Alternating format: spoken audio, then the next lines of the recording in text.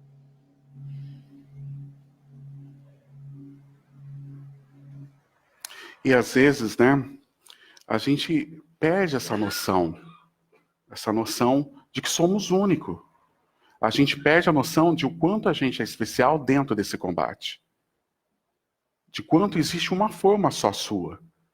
E a gente começa a ver todo esse mundo acelerado, toda essa coisa, essa correria, e perdemos a essência. Quando a gente fala em suicídio, por exemplo, quando a gente fala dessas crianças que estão vivendo essa dificuldade, criança com depressão cedo, jovens com 15, 17 anos cometendo suicídio, porque falta muito contato também. Todo mundo está mergulhado no mundo acelerado, nesse coletivo. A gente brincava de taco. Tem gente aqui que soltava pipa, brincava de bolinha de gude. Hoje ele está ali no quarto. E o que ele tem? Um PlayStation, um Xbox. E o que mais? Só. É quando a gente vai numa festa e você vê, por exemplo, para você ficar em paz, deixa o tablet, deixa o celular na mão da criança. E nós perdemos o contato com gente. E esquecemos que o nosso processo de evolução é em conjunto. Porque a sua reforma é íntima. Mas o processo reencarnatório é em conjunto. Precisa, pedra com pedra, aresta com aresta, se rebentando para dar o formato certo. O processo é em conjunto. A sua reforma é íntima. O sorriso, o otimismo, produz um magnetismo que é a última, é uma potente arma para o bom combate. O seu magnetismo. A sua alegria. Você pode não ter uma piscina, mas você tem uma caixa d'água. É transformar o limão em limonada. Olha a cara dessa turma. Não estão felizes? Não tem uma piscina lá de 50 metros. Mas estão vivendo, transformando o limão em limonada. Vamos transformar o que temos em uma jornada mais leve, prazerosa. E isso é cuidar do coração, do seu reino, como diz o nosso governador. Aonde que está o reino dos céus? No coração das pessoas. É ali que está. E quando a gente olha as pessoas tentando, vale a pena viver. Acredite. Porque a sua história é a melhor história. O seu combate é o verdadeiro combate. Esse é o melhor combate. Não é a história do vizinho que é a melhor história. É o que você tem na sua mão, que você foi depositário, que é a sua melhor história. Eu vou encerrar agora fazendo uma analogia de toda vez que eu estou passando por uma dificuldade, eu penso na Gabriela Anderson. Nas Olimpíadas de Los Angeles de 1984. Quem que lembra disso? Vocês não lembram? Vou contar mais ou menos. A maratona, ou seja, a corrida, aquela maratona olímpica, era geralmente para os homens. Lá em Los Angeles, fizeram um experimento e vamos deixar as mulheres competir também. Daí em 81 fizeram uma maratona, parece que em Boston, e depois em Los Angeles, lá no Coliseu, nas Olimpíadas de Los Angeles em 1984, e daí as mulheres foram competir. Mas quando a gente olha essa cena da Gabriela, essa suíça, e na época ela tinha 35 anos, se não me falha a memória, e o que aconteceu? Ela não foi a primeira a chegar.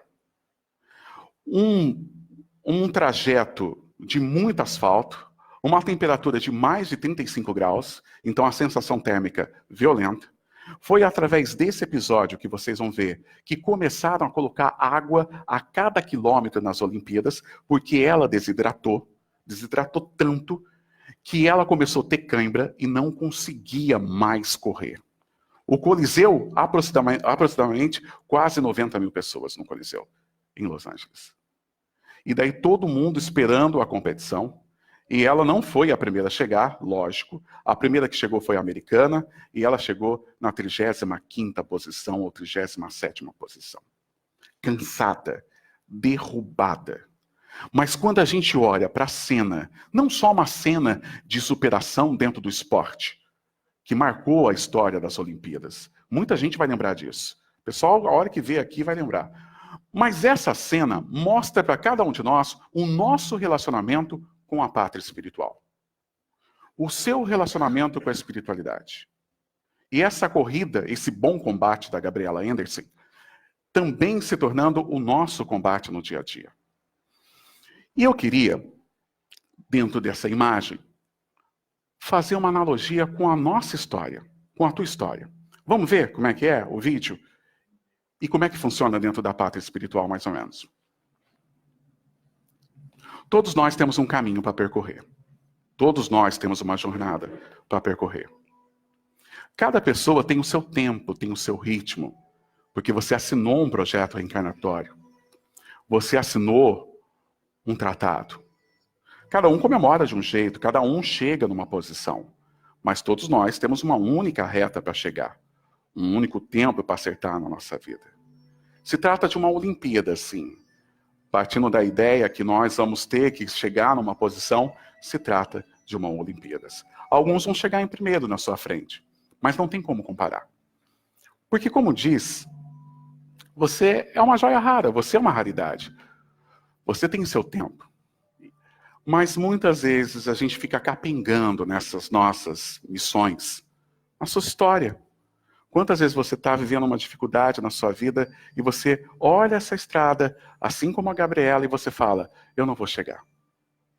E esse homem de branco que vocês estão vendo aí é o seu guia, seu mentor, seu protetor. Mas ele não pode tocar, porque ele tem que respeitar o seu livre-arbítrio. Ele tem que esperar você chegar realmente no seu objetivo. Mas ele fica o tempo inteiro te dando suporte. E você muitas vezes não aguenta. O sol às vezes pega forte. Você olha essa reta enorme e fala, eu não vou conseguir chegar. Eu não tenho força para chegar. Eu não tenho condições de chegar. Mas tem uma nuvem de testemunhas torcendo por você. Os seus espíritos familiares, essa grande arquibancada, querendo que você alcance esse objetivo. Aqueles entes queridos que já foram, que estão lá, torcendo para o seu sucesso a cada prova, a cada expiação. E sobre esse sol, sobre a luz da espiritualidade, você está ali, tentando dar o seu último. Tentando dar o seu último. E você olha, capenga para lá, vai para lá, mas tem buscando tentar. E os mentores do seu lado dizendo, vamos, você consegue, falta pouco. E você olha, não, mas não falta tão pouco. Mas eles estão ali, te dando toda a força. E olha só, a quantidade de torcida que você tem na sua vida.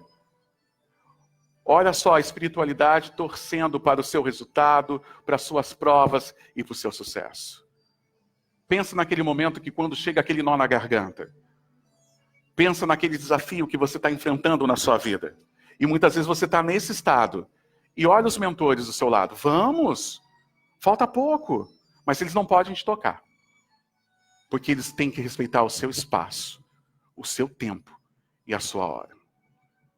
E quantas vezes a gente deixa, como a gente comentou aqui, nesse nosso combate, quantas vezes deixamos a espiritualidade em silêncio, como essa arquibancada? Quantas vezes o seu mentor, ou aquele espírito amigo que já desencarnou, seja um amigo seu, sua avó, o seu avô, sua mãe, um grande irmão que você teve. Mas quando você chega no momento, é isso que acontece. Eles te abraçam, eles te pegam. E daí seu mentor vem, vai te dar as boas-vindas e vai dizer, você conseguiu, você venceu. E daí você vai ser tratado na pátria espiritual. Vai ser cuidado pelos médicos da pátria espiritual. Você vai ser hidratado. O seu perispírito vai ser cicatrizado. Você vai receber fluidos de vitalidades para que você consiga navegar dentro da pátria espiritual. Diga sim à vida. Esse é o nosso melhor combate. O tempo é o seu aliado. O tempo é o seu aliado. Eis que chega a hora, e já se aproxima, em que vós sereis dispersos. Jesus falando para os discípulos no seu último momento. Cada um para a sua parte. Cada um aqui vai para a sua casa daqui a pouco. Nós vamos se dispersar daqui a pouco. Cada um indo para a sua casa. E me deixareis sós. Mas não estou só, porque o Pai está comigo. Tenho-vos dito isso, para que em mim tenhais paz. No mundo tereis aflições, mas tende coragem, eu venci o mundo. Jesus Cristo, o nosso governador. Tenham coragem nos seus combates, porque as últimas palavras dele disse: no mundo há de ter aflições, mas eu venci o mundo. E nós vamos vencer. Você vai vencer. Com a sua cruz, mas você vai vencer. Porque não veja como cruz, mas veja como uma grande oportunidade de se tornar um grande espírito de luz. E quem sabe, daqui a um tempo, um grande missionário ajudando aqueles outros que estão lá a subir junto contigo. Essa é a nossa missão. Sua melhor história, como a gente falou há um tempo atrás, é a melhor história. O seu projeto de vida é o melhor projeto de vida. O seu combate faz parte da sua honra. E você, como um bom soldado de honra, vai ter sucesso em toda a sua trajetória. E quando tiver difícil, lembra da Gabriela, nas Olimpíadas, lá de 1984. Ela, ali difícil, mas ela não estava sozinha. Em nenhum momento ela estava sozinha. Pelo contrário, estava sendo bem assistida. E nós somos bem assistidos, pode ter certeza. Uma boa noite a todos, muito obrigado por tudo, que Jesus abençoe a cada um de vocês. Foi um prazer estar aqui em Ubatuba, falando com vocês com todo carinho, e um bom combate a todos.